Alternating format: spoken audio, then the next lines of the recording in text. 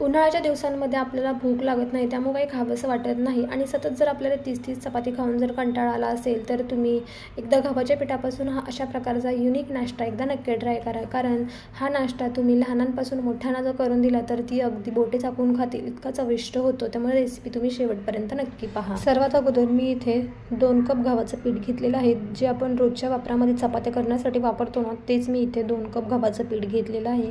त्यानंतर आपल्याला यामध्ये एक मीडियम आकाराचा कांदा चिरून टाकायचा आहे. त्याचबरोबर इथे मी अर्धा टमाटर चिरून टाकलेला आहे. त्याचबरोबर लसूण घेतलेला आहे. थोडंसं बारीक चिरून लसूण देखील टाकायचं आहे.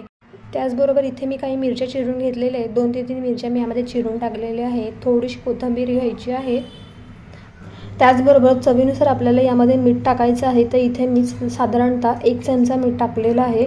त्यानंतर इथे आपल्याला अर्धा चमचा हळद टाकायची आहे, जेणेकरून आपला गव्हाचा नाश्ता असणार आहे ना, त्याला व्यवस्थित असा कलर येईल.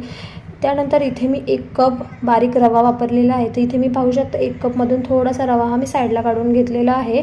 आणि त्यानंतर हे मिश्रण आपल्याला व्यवस्थित मिक्स करून घ्यायचं आहे. सर्व मिश्रण व्यवस्थित मिक्स करून झाल्यानंतर मी इथे साधारणतः 2 कप पाणी घालून हे चांगलं आपल्याला मिक्स करून घ्यायचं आहे. तर इथे पाहू शकता मी अशा प्रकारचं बॅटर तयार करून घेतलेलं आहे. बॅटर हे थोडंसं आपल्याला दाटसर वाटत आहे, तर आपल्याला थोडं पातळ करायचं आहे, म्हणून इथे मी पुन्हा अर्धा कप पाणी मिक्स करून व्यवस्थित बॅटर तयार करून घेतलेलं आहे. तर आपल्याला ही अशा प्रकारची थिकनेस जास्त नको आहे आणि जास्त पातळही नको आहे, अशा प्रकारची आपल्याला कन्सिस्टन्सी हवी आहे बॅटरची. तर इथे आपलं बॅटर आहे ते बनवून तयार झालेलं आहे.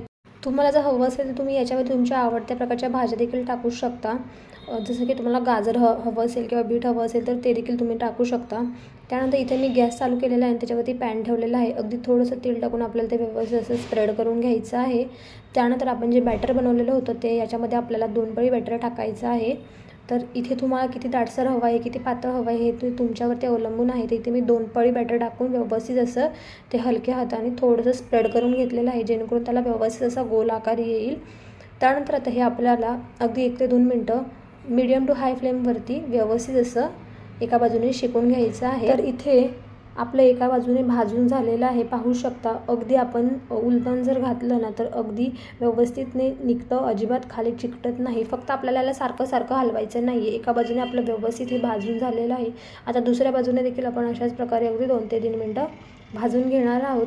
जास्त आपल्याला त्याला सारखं उलटत बसायचं नाही आहे. तर पाहू शकता दुसरी बाजू देखील आपली व्यवस्थित भाजली गेलेली आहे. तुम्हाला हवं असेल तर तुम्ही याच्यावरती तेल टाकून तेलही लावू शकता. आणि जर तुम्हाला नसेल टाकायचं तेल, म्हणजे लावायचं नसेल, नाही लावलं तरी देखील चालेल, तुम्ही अशाच प्रकारे खाऊ शकता. खायला खूप चविष्ट लागतो. लहान मुलांना जर दिला तर लहान मुलं देखील खूप चवीने खातात. सतत चपाती खायला कंटाळा येतो नाश्त्याला, तर तुम्ही अशा प्रकारचा एक वेगळ्या प्रकारचा युनिक प्रकारचा गव्हाचा नाश्ता एकदा नक्की करून पहा. इथे आपलं जे धिरडं आहे ते व्यवस्थित भाजून तयार झालेलं आहे. आता दुसरं देखील आपण अशाच प्रकारे करून घेणार आहोत. आता अशाच प्रकारे मी दुसरं धिरडं देखील इथे भाजायला टाकलेलं आहे आणि ते देखील आपल्याला व्यवस्थित भाजून घ्यायचं आहे. फार जास्त टाईम आपल्याला अजिबात नाही लागत आणि त्याचबरोबर कमी वेळामध्ये झटपट नाश्ताचा प्रकार हा होऊन जातो.